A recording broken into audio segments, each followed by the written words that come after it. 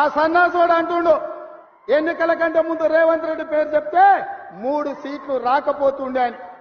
నేను ఇవాళ ఈ వేదిక మీద నుంచి ఆ సొల్లు వాగుడు వాగే కేటీఆర్కి సవాలు విసురుతున్నా. బిడ్డ, ఇవాళ నేనే ముఖ్యమంత్రి, నేనే పిసిసి ప్రెసిడెంట్ను.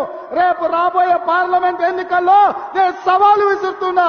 నీ చేతనైతే దమ్ముంటే నువ్వు మగోడివైతే ఈ తెలంగాణ రాష్ట్రంలో బిడ్డ ఒక్క సీటు గెలిచి చూపించు.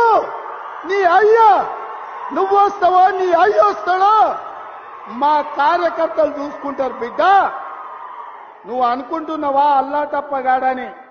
అల్లాటప్పగాలం కాదు, అవులగాళ్ళలాక అయ్య పేరు చెప్పుకొని కుర్చీలో కూర్చోలేదు సన్నాసోడా.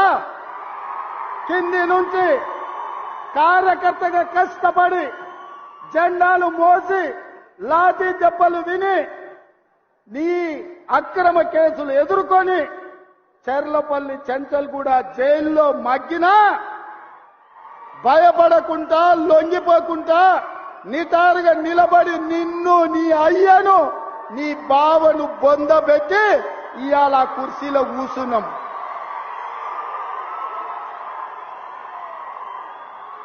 ఈ కుర్చీ ఇనాం కింద వచ్చింది కాదు, ఈ కుర్చీ అయ్య పేరు చెప్తే వచ్చింది కాదు బిడ్డ. నల్లమల్ల అడవి నుంచి తొక్కుకుంటూ వచ్చి నీలాగటో నెత్తి మీద కాలు పెట్టి తొక్కి ఆ కుర్చీలో కూర్చోబెట్టింది మా కార్యకర్తలు. ఇవాళ కుర్చీ ఉందంటే అది మా కార్యకర్తల త్యాగం. ఇవాళ కుర్చీ ఉందంటే మా కార్యకర్తల పోరాటం.